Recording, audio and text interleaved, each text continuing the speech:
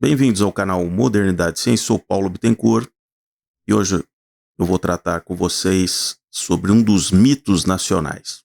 Tem toda aquela mitologia nacional, se você for repetindo várias vezes, você até acredita que aquilo funciona. Eu vou tratar com vocês a respeito da Zona Franca de Manaus. Então acompanhe o vídeo até o fim, você vai se surpreender com alguns números que eu vou trazer aqui para vocês.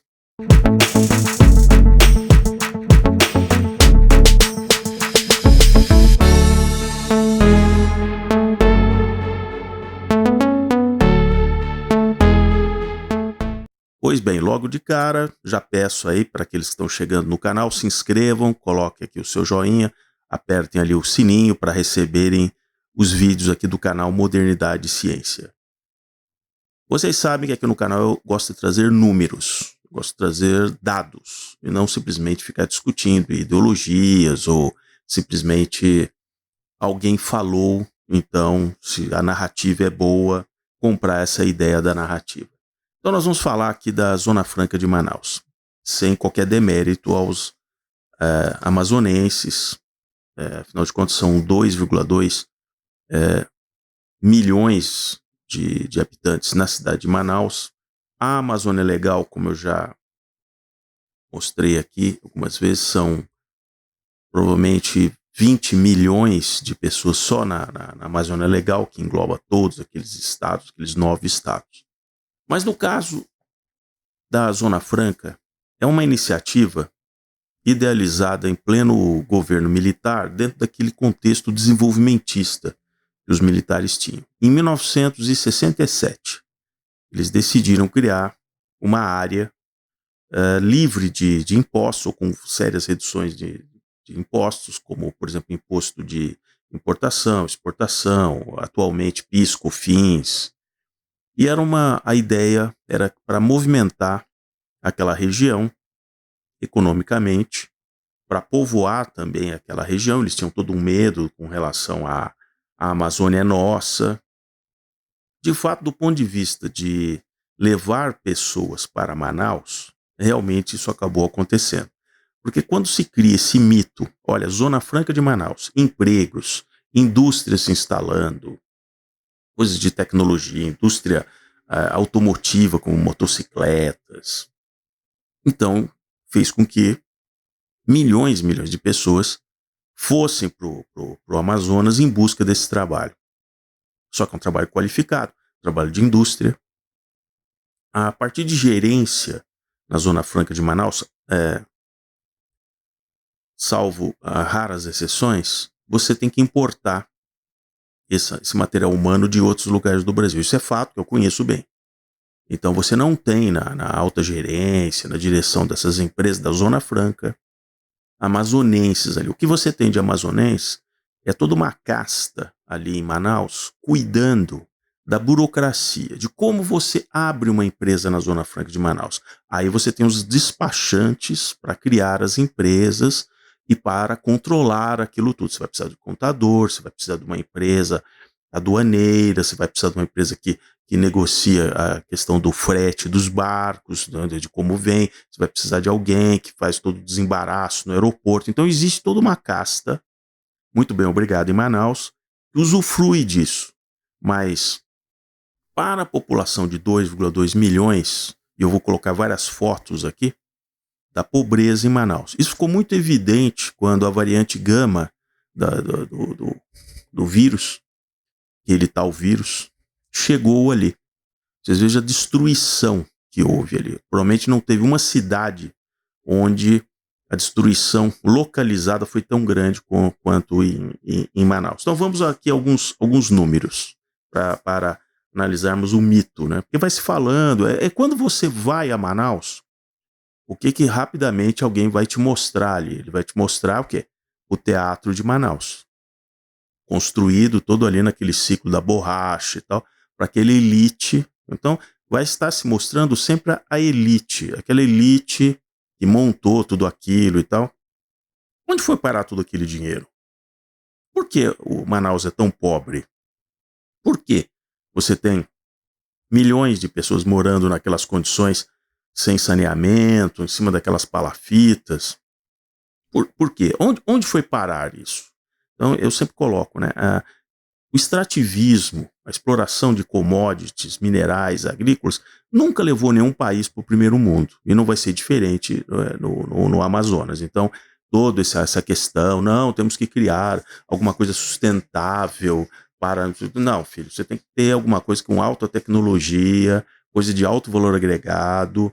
Olha que tem 3 universidades lá, hein? Tem 3 universidades produzindo conhecimento, realmente produzindo conhecimento, né? Só ver o número os temas das teses, da maioria das teses, né, das universidades que tem por lá. O que não é só no Amazonas, isso também é um efeito de várias universidades federais por vários estados do Brasil. Então vejam só, em 1960, dados do IBGE, estou lendo aqui dados do IBGE, finalizava ali em 1960, havia empregos diretos ali, algo como 8 mil e tantos empregos. Esses empregos vão crescendo, por exemplo, em 1975 atinge 62 mil empregos, só que naquela época, em 1975, a população de Manaus era de 400 mil. Então, em 1975 foi o pico onde a empregabilidade relativa à Zona Franca de Manaus era de 15%, ou seja, 15% da população de Manaus estava diretamente ligada à atividade da Zona Franca.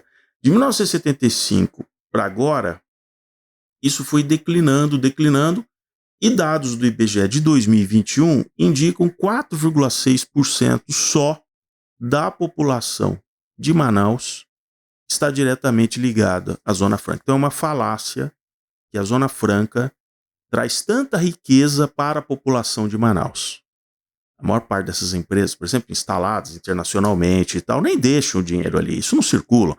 Grande parte dessas empresas são todas totalmente automatizadas. Eu já visitei empresas, por exemplo, gigantescas que têm uns 120 funcionários.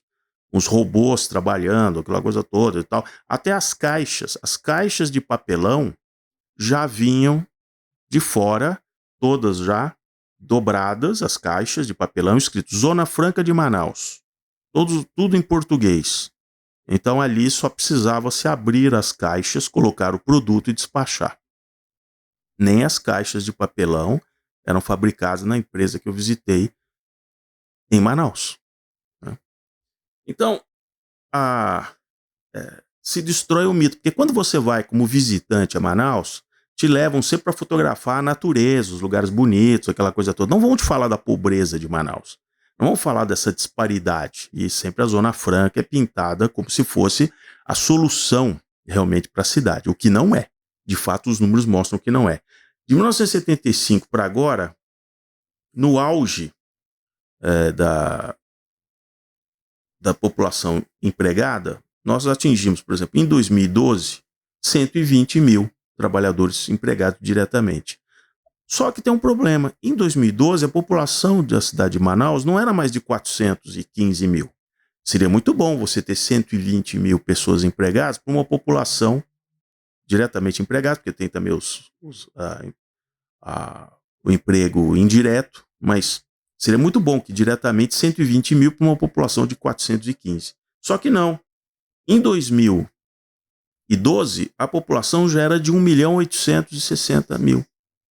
Então, em 2012, esse percentual de população diretamente empregada já tinha caído de 15% para 6,45%.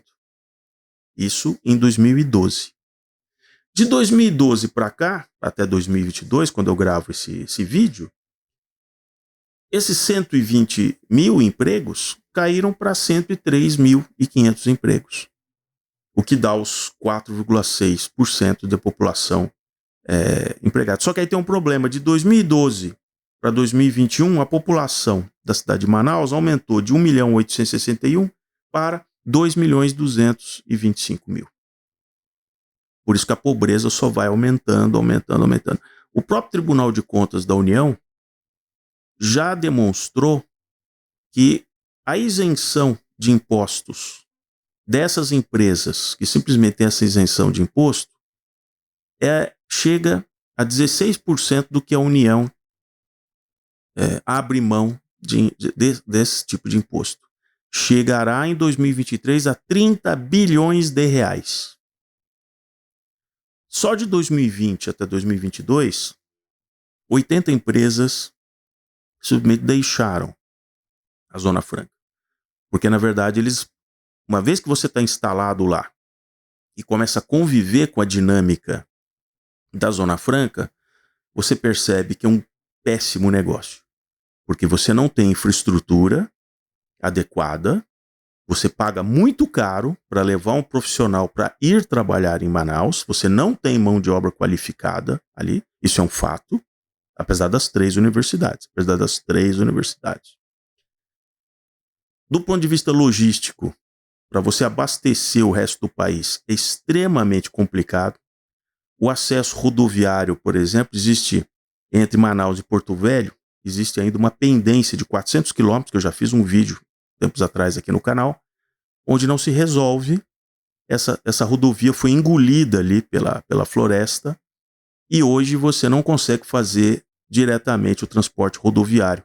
Esse foi um dos grandes impedimentos para levar o oxigênio líquido para Manaus de Porto Velho, porque em algum momento, quando você estava ali no Amazonas, a estrada desaparece, você tem que fazer o transbordo para barcos, são pequenas barcaças para levar, mesmo quem vai de ônibus de Porto Velho para Manaus, troca de ônibus, ele entra nas barcaças, as barcaças são pequenas, não cabem os ônibus ali nas barcaças, e você embarca no ônibus para chegar até Manaus. Por isso que teve que se optar por uma coisa inédita, que não se transporta hidrogênio líquido por aeronaves, tem todo um problema de risco de explosão, mas a FAB, Força Aérea Brasileira, levou os tanques de oxigênio líquido para Manaus. Uma coisa é você transportar nos cilindros pressurizados do oxigênio, mas, na verdade, se você fizer o cálculo da quantidade de oxigênio dividido pela massa dos cilindros, seria muito pouca.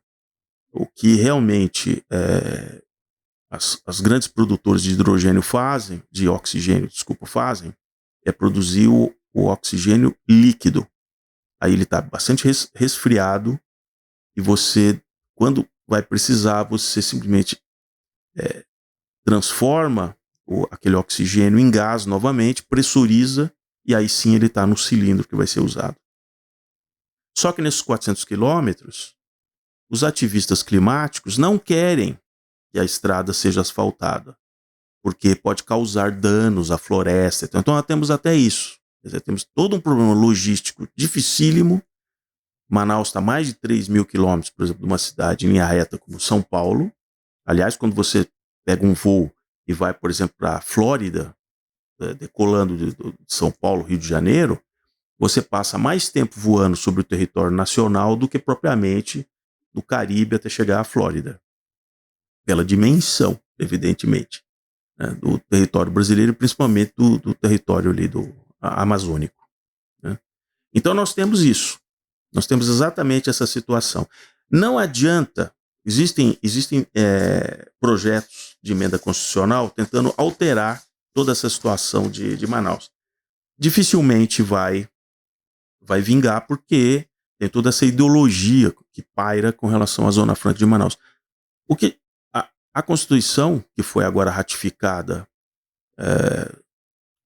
mantém a Zona Franca até 2073, mas não vai durar até 2073, porque não haverá nenhuma indústria em Manaus até 2073.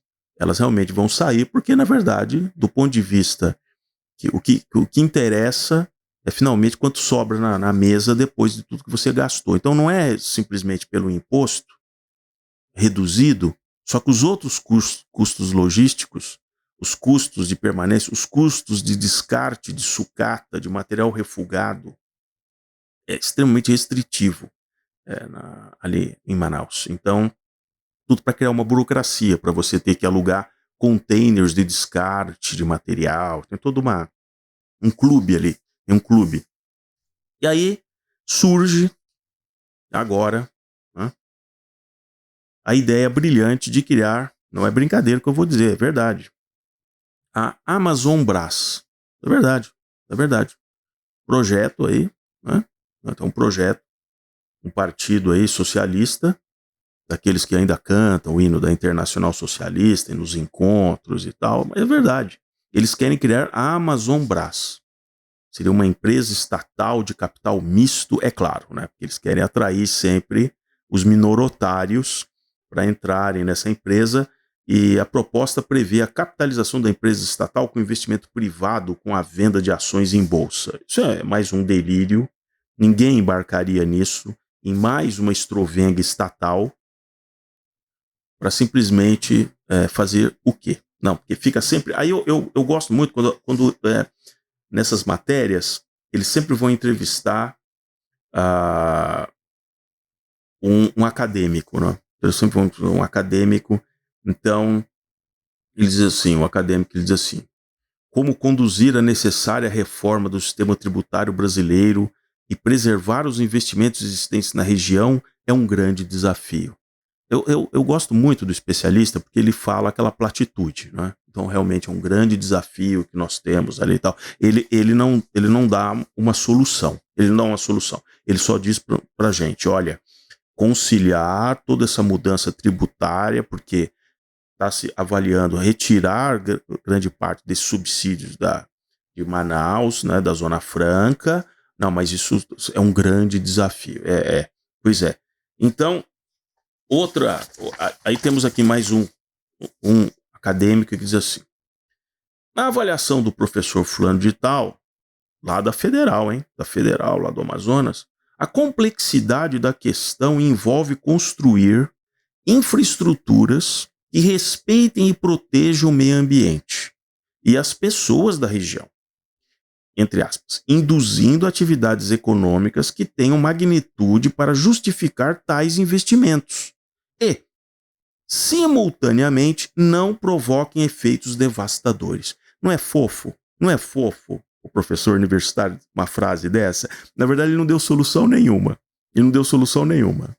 Ele simplesmente é aquela coisa que assim, não vai acontecer, né? Tá lá claro com uma frase dessa, né? Que é: a complexidade da questão envolve construir infraestruturas que respeitem e protejam o meio ambiente e as pessoas da região, no mínimo risco de qualquer dano ambiental. Eu tenho que abrir isso, tenho que passar no meio da floresta, eu vou passar no meio de uma reserva indígena. Não vai sair, não é verdade? Não vai sair, mas aí ele termina, né? Induzindo atividades econômicas que tenham magnitude para justificar tais investimentos. Ele nem sabe que magnitude de investimento. A posição dele lá como professor da Universidade Federal é muito tranquila, muito tranquila. Ele está simplesmente dando palpite, ele está palpitando. Então, mais uma vez, se você gostou do vídeo, deixe aí o seu joinha, se inscreva no canal e, por favor, não acreditem em mitos como esse que eu acabei de demonstrar aqui da Zona Franca de Manaus. Muito bonito, um local muito agradável para você passar uns dias de férias, fotografia, aquele ambiente dos Solimões, do Rio Negro, um ambiente muito bacana e tal. Mas não se deixe iludir, porque sempre vão estar virando vocês só para aquele lado do glamour, daquela coisa da elite, né? Da borracha e tal, e a nova elite, que é a elite da Zona Franca de Manaus.